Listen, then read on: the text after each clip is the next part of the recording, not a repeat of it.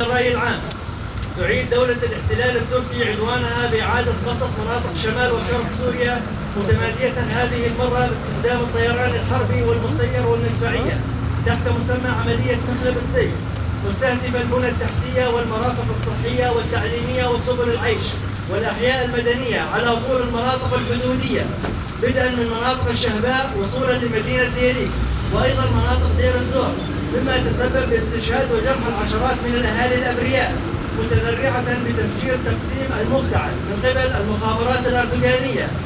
وبدء هذه الحملة الدموية إكمالا لمشروعها الاستعماري الذي بدأه عام 2014 بمحاولة احتلال مدينة كوباني من خلال ذراعه تنظيم داعش الظلامي وتوسيع رقعة سيطرة إمبراطوريته العثمانية المزعومة.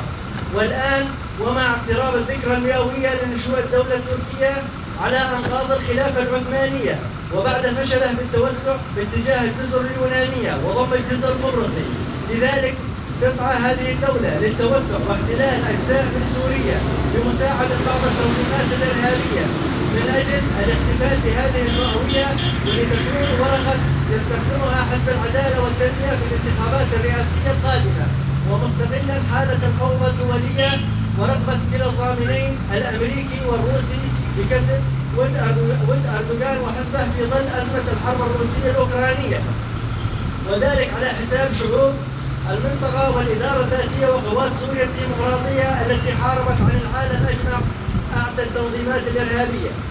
إننا في مجلس الطبقة لحزب سوريا المستقبل نعلن عن افتتاح خيمة اعتصام لأهالي الطبقة تحت شعار حزب سوريا المستقبل جنبا إلى جنب مع قواتنا لحماية أرضنا، تعبيرا عن رفضنا لمخططات وهجمات الاحتلال التركي الدموية على مناطق شمال وشرق سوريا، واستنكارا للصمت الدولي المريب وخاصة من قبل أمريكا وروسيا، ولنؤكد دعمنا بحق الدفاع المشروع ووقوفنا صفا واحدا مع قواتنا قوات سوريا الديمقراطية للدفاع عن أرضنا.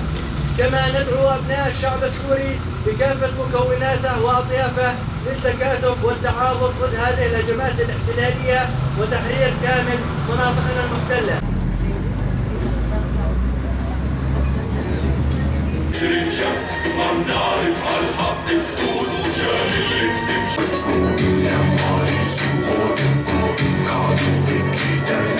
نستذكر جميع شهدائنا الأبرار الذين ضحوا بأغلى ما عندهم في سبيل حريتنا، ونؤكد لهم بأننا على خطاهم نسير.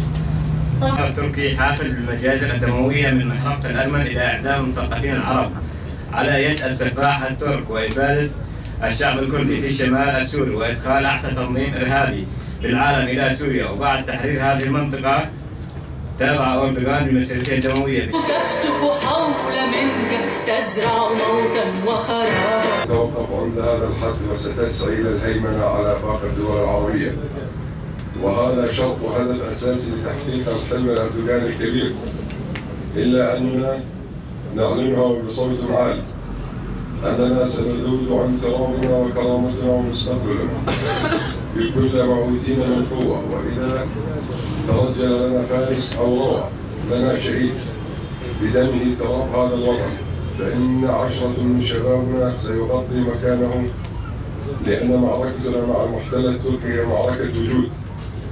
سنعتمد بعد الله على إمكانياتنا الذاتية وعزيمة شعوبنا ووعيها وإدراكها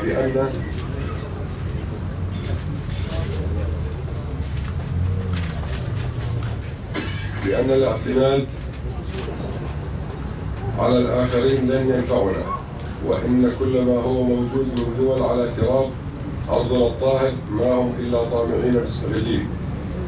لذا نهيب بأبناء شعبنا ونحثهم على التماسك والتآخي وتعزيز جبهتنا الداخلية ودعم إدارتنا الذاتية. حركتهم في خيمة الاعتصام.